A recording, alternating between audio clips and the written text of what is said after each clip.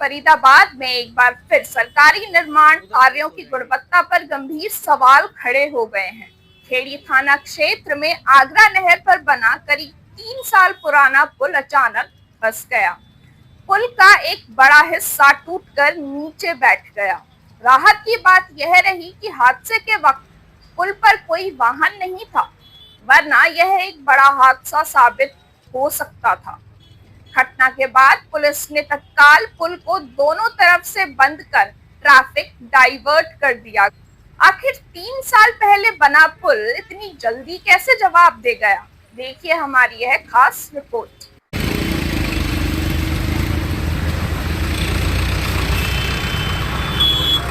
ये तस्वीरें फरीदाबाद के खेड़ी थाना क्षेत्र की हैं, जहां आगरा नहर पर बना पुल अचानक धंस गया।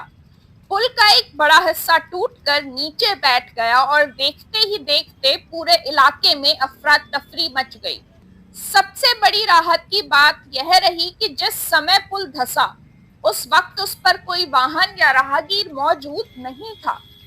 अगर कुछ सेकंड का भी अंतर होता तो यह हादसा कई जिंदगियां ले सकता था। घटना की सूचना मिलते ही खेड़ी थाना पुलिस मौके पर पहुंची। पुलिस ने बिना देर किए पुल को दोनों ओर से बंद कराया और सुरक्षा के मद्देनजर ट्रैफिक को वैकल्पिक मार्गों पर डाइवर्ट कर दिया। जानकारी के मुताबिक आगरा नहर पर बना यह पुल करीब 3 साल पहले उत्तर प्रदेश सरकार के सिंचाई विभाग की ओर से तैयार कराया गया था। हादसे की सूचना विभाग के अधिकारियों को दे दी गई है और अब पुल की मरम्मत की जिम्मेदारी भी सिंचाई विभाग की होगी। लेकिन इस घटना ने कई गंभीर सवाल खड़े कर दिए हैं। आखिर जिस पुल की उम्र अभी शुरू ही हुई थी, वह इतनी जल्दी कैसे धंस गया? क्या निर्माण में गुणवत्ता से समझौता किया गया था? क्या निर्माण के दौरान मानकों का पालन नहीं हुआ? और अगर हादसे के वक्त पुल पर भारी ट्रैफिक होता तो इतनी बड़ी दुर्घटना की जिम्मेदारी कौन लेता? मौके पर मौजूद एक मजदूर ने भी निर्माण की गुणवत्ता पर सवाल उठाए। उनका कहना है कि पुल में इस्तेमाल किया गया सरिया और अन्य सामग्री बेहद कमजोर दिखाई देती हैं। उनका दावा है कि किसी सामान्य मकान में इस्तेमाल होने वाली निर्माण सामग्री भी इससे कहीं बेहतर होती है। 12 mm का होना चाहिए। नाम विनोद है। विनोद कहाँ के रहने वाले हो? उड़ीसा का। फरीदाबाद में कब से हो?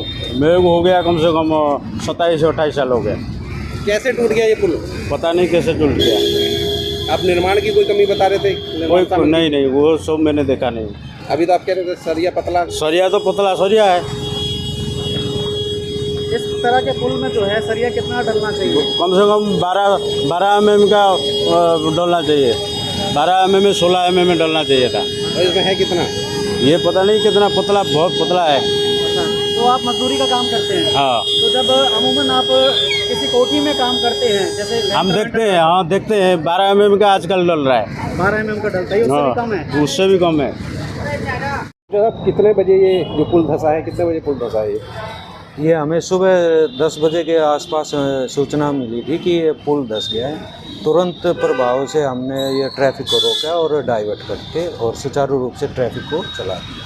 तो क्या बारिश वजह नहीं, क्या लगता है कि बारिश की वजह से ही है। और अभी भी थोड़ा थोड़ा कटाव हो रहा था जब वो उस पर गया मिट्टी से, तो संबंधित विभाग को हमने सूचना भी कर दी। कौन संबंधित विभाग है इसका? हम इरिगेशन। अच्छा, तो जब ये हुआ हादसा तो उस समय क्या ट्रैफिक ज़्यादा था या कम था? नहीं, बारिश के कारण कम था, मगर समय रहते हुए हमने डाइवर्ट कर दिया और कोई जाम नहीं लगा। तो किसी को चोट वोट नहीं, कोई चोट नहीं लगी, ना कोई हादसा।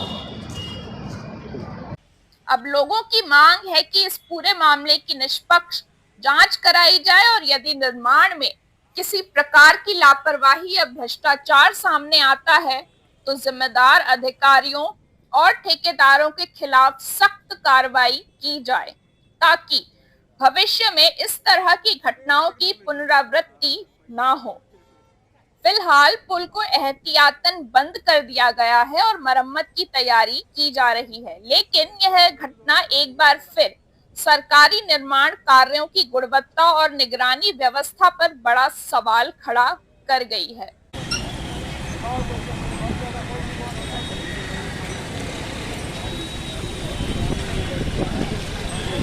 बिल्ली बिल्ली जल जाएंगे तो